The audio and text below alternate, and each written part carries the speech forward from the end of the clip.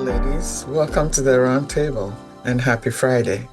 I'm here always to hold sacred space for honest, transformative conversations.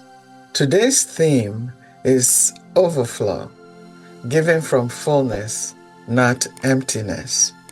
As a woman of the Akan people born in Ghana, I carry rich traditions of strength and grace.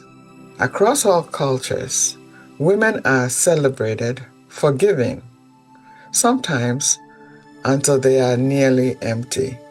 But the deeper truth, one of my ancestors taught, and other wisdom traditions affirm, is this: you cannot serve from an empty pot.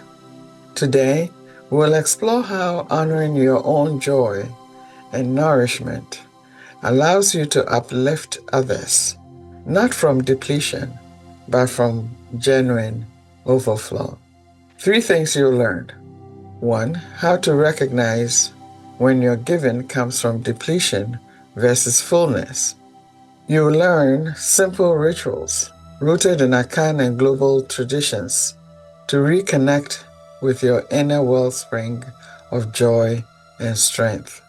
And finally, you'll learn how setting boundaries creates more authentic, powerful relationships, and how this is a sacred act of leadership and service. Let me share a story close to my heart, one that holds a universal lesson about giving from fullness. There was once a wise woman named Ama Serwaa, or Mother Serwaa, in a small village. She was known by all for her boundless generosity and warmth. People from near and far would come to her for comfort, wise counsel, and sometimes simply to be in her peaceful presence.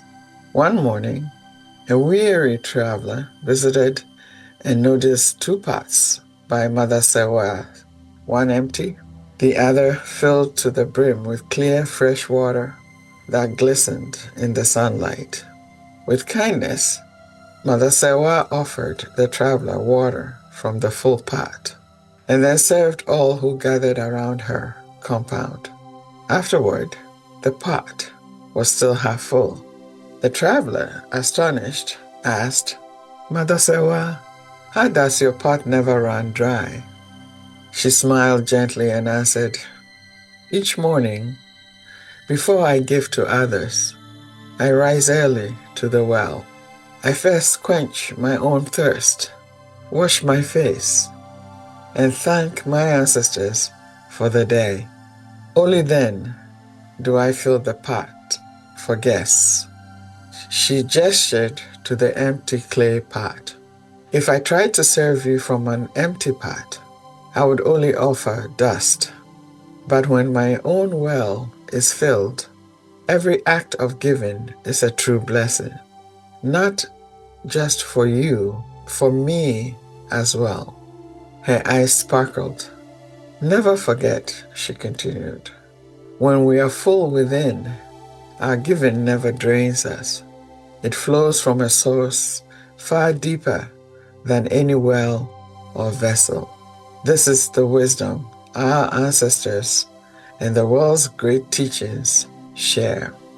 Let Mother Serwaa's story remind you: honor your own needs, fill your inner pot, and your gifts will overflow for all around you. Many of us have learned to measure worth in sacrifice, but the time has come for a new vision, a woman who is deeply rooted in her own joy and wholeness. The Akan say, if you have no water, you cannot wash, even with soap. We must fill ourselves to truly bless others. This is a thread that binds all spiritual wisdom. In the Vedic tradition, Anandamayi means filled with bliss. In Akan, I feel Anije, joy, and carries the same bright spirit. When you invoke Anije or Anandamayi, you call on the part of yourself that is always whole and radiant. no matter what life brings. Pushanjali brings together nurturing and blessing in Sanskrit. In Akan, Ayeko, well done, or Inshira, blessing, invite us to let our joy flow outward, not from duty, but as a true offering. Now let us experience this together. Sit comfortably. If you wish, place one hand on your heart and one on your belly, as many African grandmothers do, or bring your hands together at your heart. If you feel safe, close your eyes.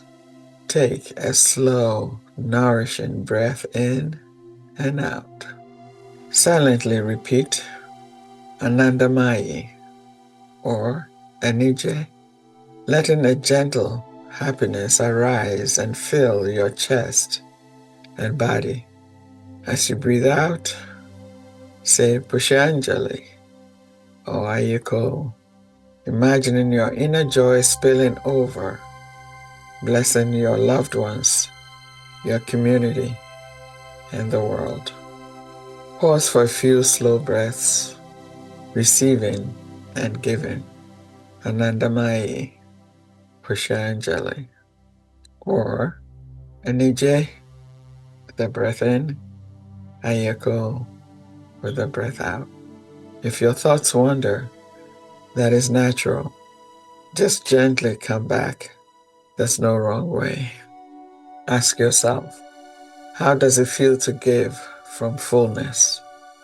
Do you sense a new ease or a golden warmth, perhaps quiet connection to Mother Serwaa, your ancestors, or simply your truest self? When you feel ready, gently open your eyes. Stretch a little if you like. And thank yourself for this act of care.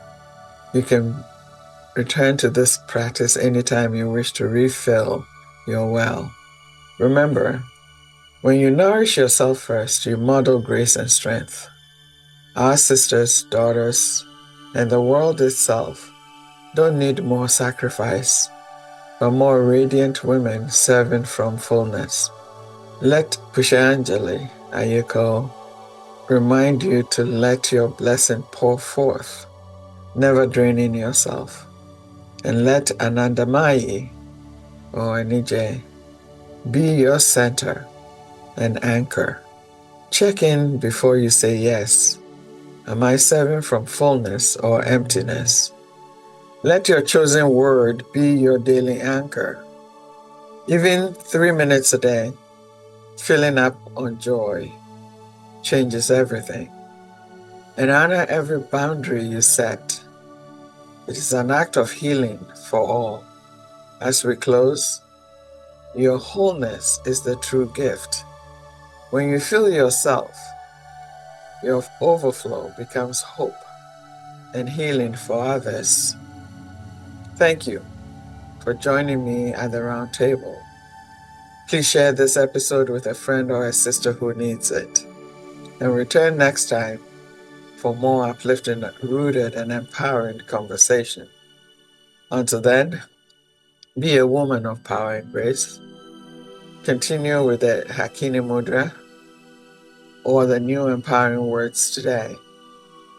Anandamayi or Anije, Pushanjali or Ayeko. Live, love, and give from the deep abundance within, as Mother Serwaa did. See you next week. And thank you always for your love. Dr. Mensimah signing off.